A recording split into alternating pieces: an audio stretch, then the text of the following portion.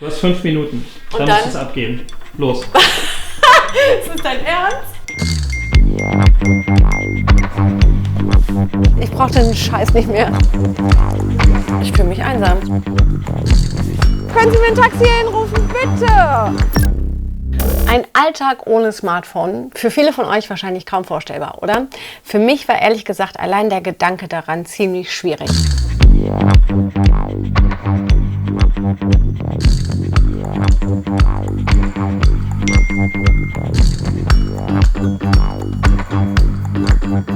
Kann man von einem Smartphone süchtig werden? Ich finde das doch am besten heraus, wenn ich es einfach mal ausprobiere und darauf verzichte, und zwar eine ganze Woche lang. Hallo, hier ist Nadja. Ich bin zurzeit nur unter folgender Nummer zu erreichen. 040 30 77 82. Was willst du denn alles aufschreiben? Ein paar Telefonnummern. Ich meine, ich muss ja wenigstens ein paar Freunde anrufen können, oder? Stefanie. Von Aminata die Adresse. Ich weiß nicht, wen ich noch nehmen soll. So, der Moment ist da. Handy ausschalten, mir geben, okay?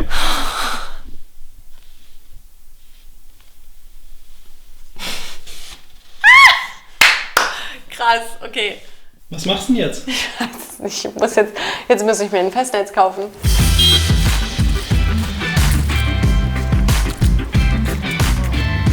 Hallo. Hi, ich wollte fragen, habt ihr ein Festnetztelefon? Ja.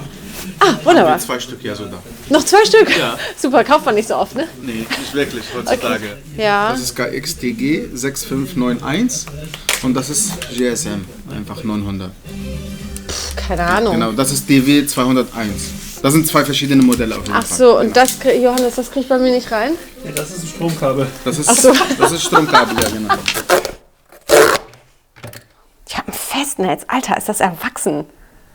Ich verbringe unfassbar viel Zeit auf Facebook und Instagram. Das ist so, das fällt jetzt alles weg.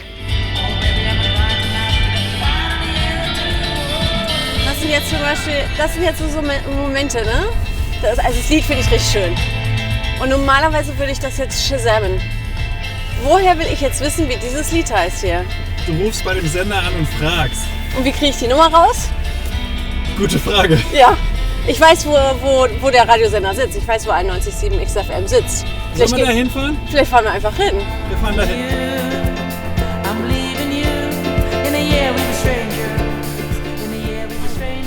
Hallo, Entschuldigung. Hallo. Mir wurde gesagt, du kannst mir helfen und sagen, welchen Song ich suche. Ja.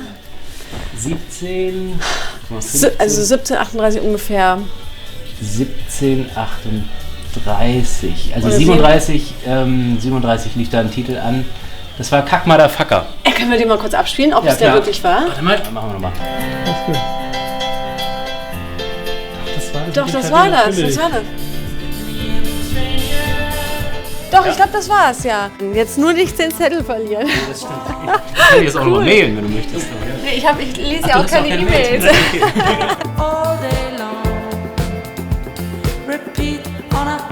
Also jetzt wäre für mich eigentlich Netflix.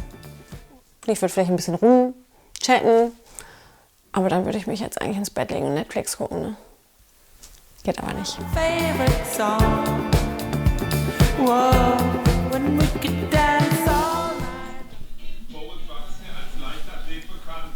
Was steht denn heute an? Eigentlich würde ich Homeoffice machen. Das funktioniert jetzt aber heute ja nicht. Also grundsätzlich ist Arbeiten jetzt gerade schwierig ohne Laptop.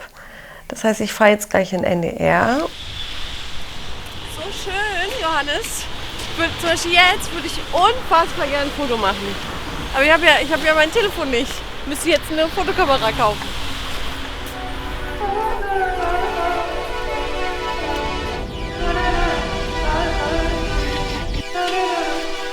Fühlt sich das Leben schon total anders an? Ich muss ganz ehrlich sagen, ja, ein bisschen schon. Ja, ja, ich fühle mich so ein bisschen nackt. Mein Job als freie Journalistin, der läuft meist so ab, dass ich kurzfristig per E-Mail eine Jobanfrage bekomme für einen Dreh. Und dadurch, dass ich jetzt gerade aber nicht erreichbar bin, bekomme ich auch weniger Anfragen und somit verdiene ich gerade weniger Geld. So, jetzt habe ich hier einen kleinen Break.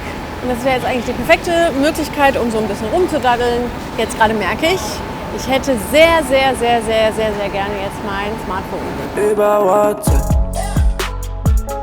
Liebe über WhatsApp. Ich würde jetzt einfach so gerne auf Freundin schreiben, so, hey, ich sitze gerade da und da, willst du rumkommen? Liebe über WhatsApp. Liebe über WhatsApp. Liebe über WhatsApp. Dein Anrufbeantworter leuchtet. Wirklich? Nein. Okay. Ja, hallo Nadja, hier ist Hans. Also, du kannst mich erreichen unter 0157 381. Ich wollte fragen, ob du am Freitag Zeit hast. Wir könnten abends was trinken gehen oder was essen. Je nachdem, worauf du Lust hast. Melde dich mal. Ich freue mich auf deinen Rückruf. Tschüss. Cool. Hallo Hans, hier ist Nadja. Okay, Landungsbrücken um 20 Uhr, ja? Ja.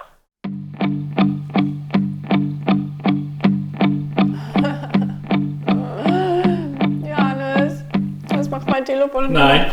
Warum? Wie gerne würdest du es haben? Lass es mal, du lässt es jetzt liegen. Leg's wieder hin. Ich würde dich betrügen, wenn du mich jetzt kurz alleine lassen würdest. Wenn du jetzt sagst, ich hol uns mal schnell eine Pizza, ich gehe mal schnell auf die Toilette, dann hätte ich die Hoffnung, dass du ziemlich lange auf der Toilette sitzt, weil ich dann das Telefon anmachen würde. Wirklich, kein Scheiß. Hätte ich die Möglichkeit, würde ich es machen. Weil die Challenge ist mir langsam wirklich egal. Kannst du es bitte liegen lassen?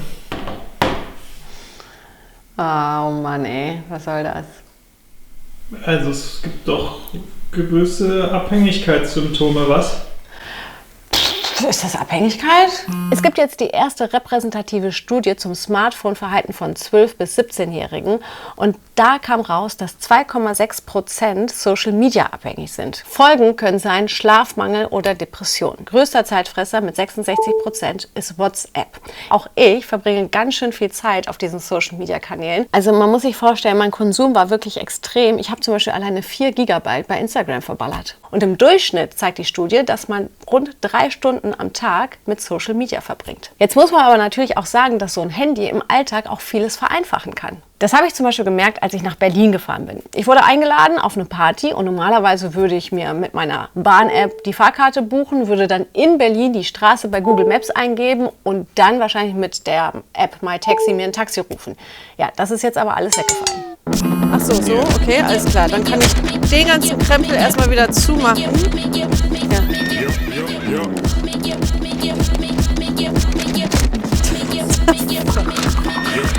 Ey, ganz ehrlich, das haben die aber auch doof gemacht.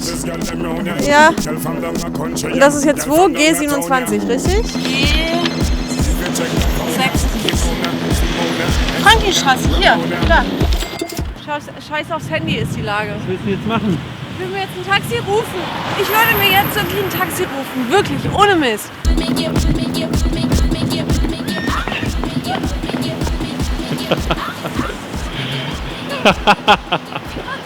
Also hier funktioniert gar nichts.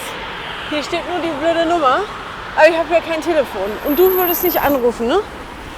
Ich würde anrufen, wenn das jetzt hier kein Experiment wäre. Taxi! Können Sie mir ein Taxi hinrufen? Bitte! Mann, Digga, ich hab doch kein Telefon! Ey, das gibt's doch nicht! Glaube ich nicht.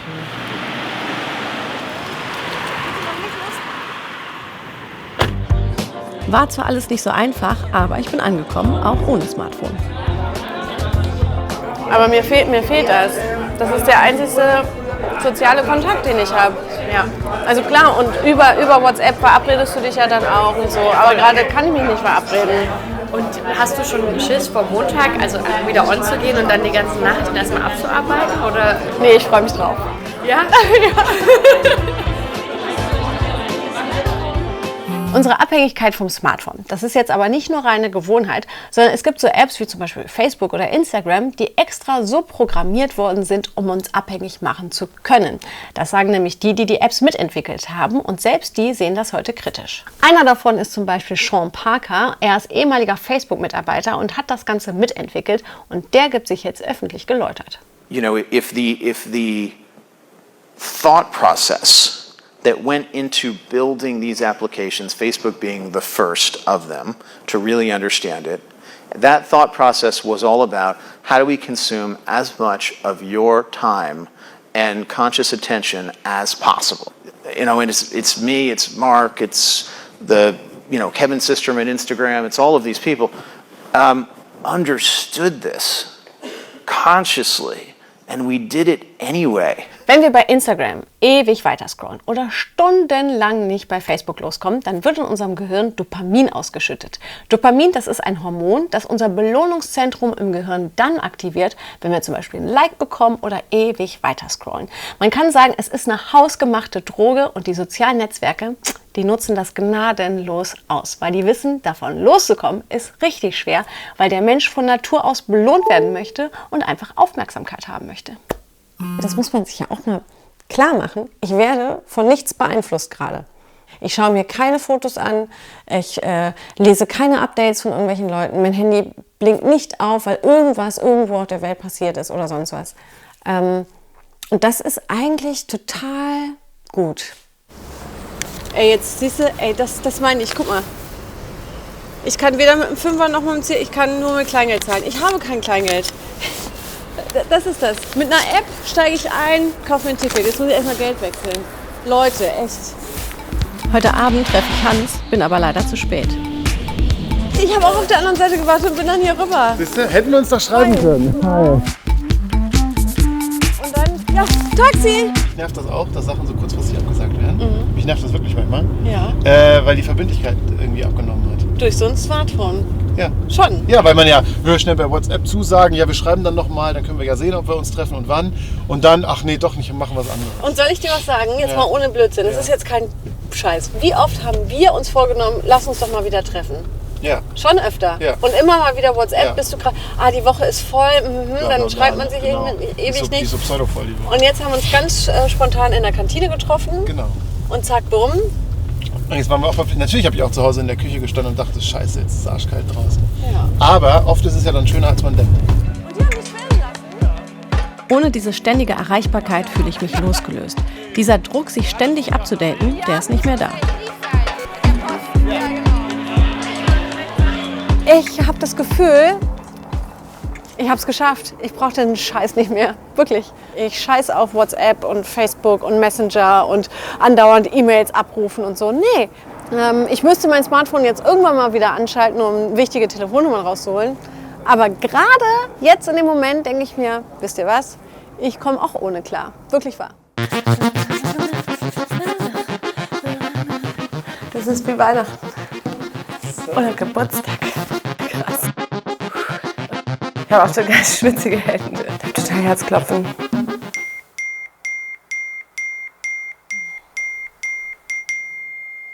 E-Mails habe ich 149. Nichts, wo ich sage, oh mein Gott, was? Gar nichts. Oh mein Gott, ist das deprimierend gerade. Also was mich, glaube ich, richtig deprimieren würde, ist, wenn ich das Ding wieder anmache und mich keiner vermisst hat. Weg, weg, weg, weg. Ach süß, Hans hat mir ein Foto geschickt von dem Abend, als wir aus waren. Hallo Nadja, alles klar bei dir? Schreibt sie mir am Mittwoch. Das finde ich ja toll, dass meine Mutter mich dann nicht unter Druck setzt, dass sie direkt eine Antwort verlangt. Das ist ja eigentlich eine coole Mama, habe ich. Und dann? Nadja, lebst du noch? Von dir hört mal gar nichts. Oh. Ja, ich weiß nicht, ich kann das Ding jetzt so hinschmeißen. Ist nichts passiert. Weißt du, das Ding ist halt, ich denke mir auch natürlich, gerade wenn ich das jetzt so sehen würde, wie da so eine Tante auf dem Sofa sitzt und ihr Handy nach einer Woche wieder kriegt und total durchdreht, dann würde ich auch sagen, hör mal Fräulein, jetzt stell dich mal nicht so an. Aber es war ja einfach wirklich eine Woche aus dem ganz normalen Standardalltag mit allem weitermachen, was ich sonst auch machen würde. Wo ich der Meinung war bisher, dass ich das ja total brauche hier. Ich sag dir eins, ich verkaufe das. Aber ganz ohne Mobiltelefon will ich auch nicht leben. Also kaufe ich mir ein altes Handy. Die Zeit ohne WhatsApp, Facebook und Co. tat mir nämlich eigentlich ganz gut. So, ich habe mir jetzt einen Knochen gekauft. Okay, das ist jetzt nicht so ein richtiger Knochen, weil ich kann trotzdem noch Fotos machen und Musik damit hören, aber keine Apps runterladen und keine E-Mails damit verschicken oder lesen. Und ich entscheide mich dafür. Und soll ich mal sagen, wie oft ich das hier benutzt habe? Gar kein einziges Mal. Und warum nicht? Weil das hier einfach wieder an war. Ja, ganz genau. Und soll ich euch noch was sagen? Ich habe das Gefühl, dass ich mein Smartphone tatsächlich heute öfter benutze als vor meinem Versuch und daher habe ich mir eine App runtergeladen, die mir aufzeigt, wie viel Zeit ich eigentlich auf diesen ganzen Kanälen hier verbringe und ich war erschrocken, als ich das gesehen habe. Gestern 4 Stunden, vorgestern 4 Stunden, am Sonntag 4 Stunden, Montag 2 Stunden, Dienstag 3 Stunden 10 und so weiter und so weiter. Tja, ich bin hiervon einfach nicht losgekommen. Ein Leben ohne Smartphone, für mich definitiv nicht möglich. Vielleicht im Urlaub, aber das war es dann auch. Aber wir wollen von euch wissen, könnt ihr euch vorstellen, ohne Smartphone zu leben, kein Social Media etc.? Schreibt uns dazu gerne einen Kommentar. Und wenn es Themenvorschläge gibt, wo ihr sagt, die von Steuerung F sollten sich da mal ranmachen, dann schickt uns diese gerne auch. Und natürlich nicht vergessen, abonniert gerne unseren Kanal.